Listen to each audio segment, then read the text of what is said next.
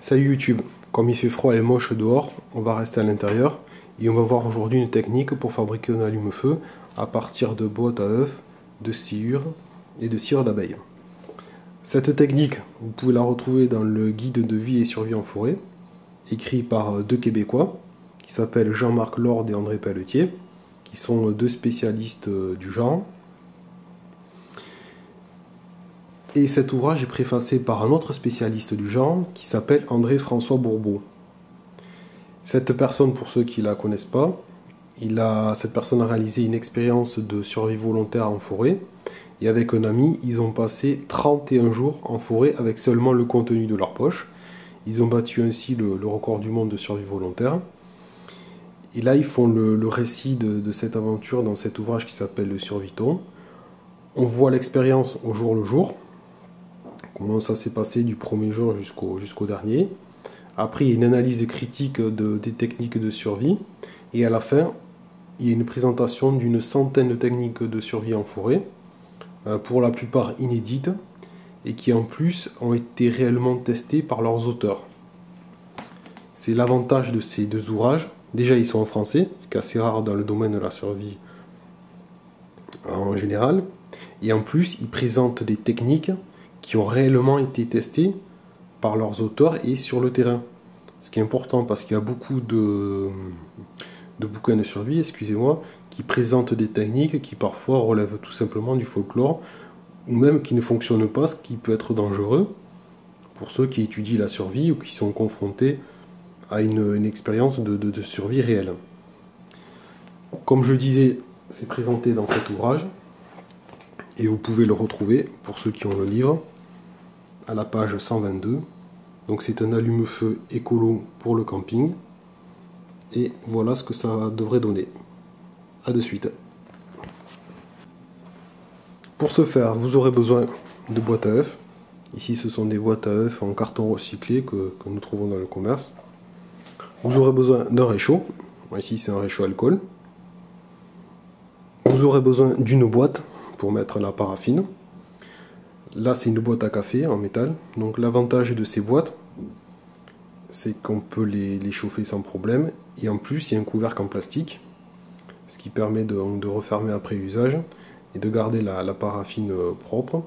Et cette boîte, on peut la réutiliser indéfiniment. Vous aurez besoin de sciure, que j'ai préalablement préparée.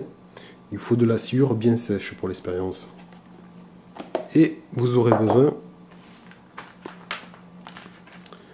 de cire. Alors soit de la cire d'abeille ou alors de la paraffine.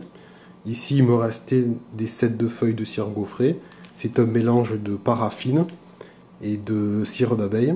Et avec ça j'avais réalisé le fameux réchaud à base de carton et de paraffine. Technique qui marche au demeurant. Pour la première partie de la réalisation de l'allume-feu, vous aurez juste besoin d'une boîte à œufs et de sciure. Là, c'est la boîte à œufs. J'ai enlevé le couvercle parce que ça ne nous intéresse pas. Il faut juste conserver les coupes où sont logés les œufs. C'est-à-dire ces parties-là. C'est uniquement ça qui nous intéresse. C'est là-dedans qu'on va verser la sciure. Voilà. Et la sciure, je l'ai déjà préparée. On va essayer de faire ça proprement, sans en mettre partout. Alors je le fais en même temps que vous, je sais pas combien ça représente à peu près.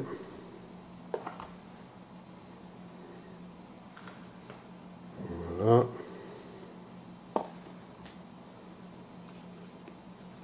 Bon mais du coup, on aura de quoi faire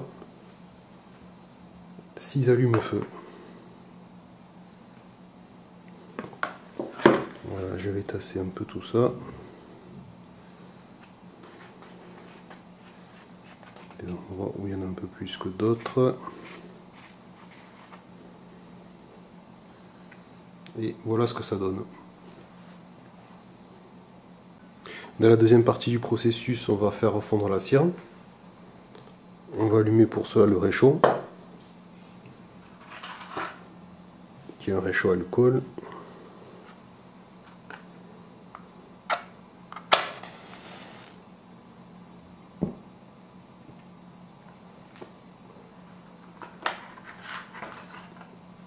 Le réchaud bien pris. Je vais laisser monter en tension. Et je vais poser la boîte. Et on va faire refondre les morceaux de cire.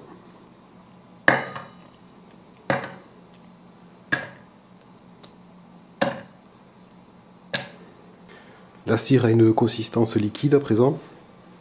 Alors je vais essayer de vous montrer sans me brûler, ce qui serait bien. Donc, lui, on l'éteint. On n'en a plus besoin. Voilà. Vous voyez, la cire est liquide. C'est l'aspect que nous recherchons. Et on va venir la verser sur la boîte à œufs pour remplir chaque cône.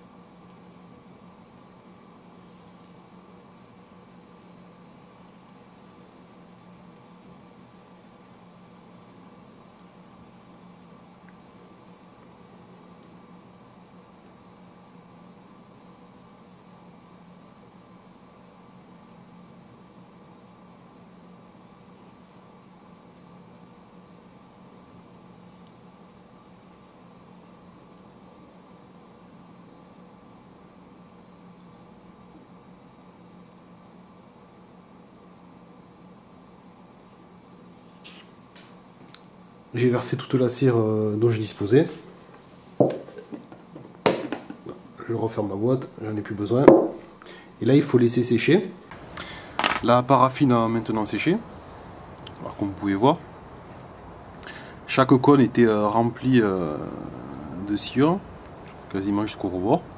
Et une fois la paraffine versée, ou la cire versée dedans, ça a quasiment réduit de moitié. Voilà le résultat. Il suffit après de découper chaque cône et vous avez votre allume-feu. Donc là, le principal est fait, il ne reste plus qu'à découper. On va en découper un.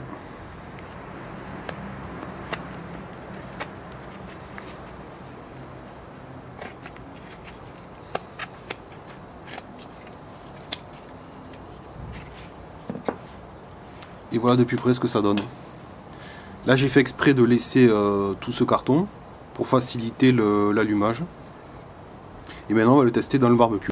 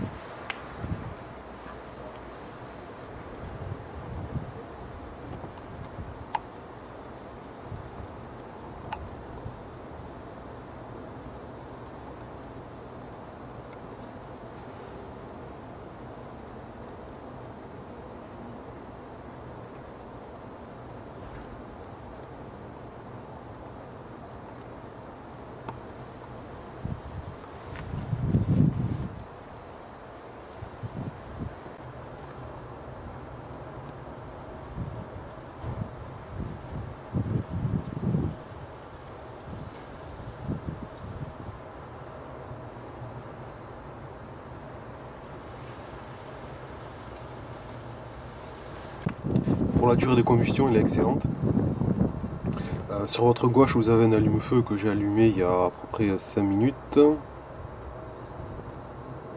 Et sur votre droite, vous avez un allume-feu qui vient à peine de s'éteindre et qui a atteint un temps de combustion d'à peu près 15 minutes et 30 secondes. Et encore, là, il est incandescent et encore rouge. Vous allez voir si je souffle dessus.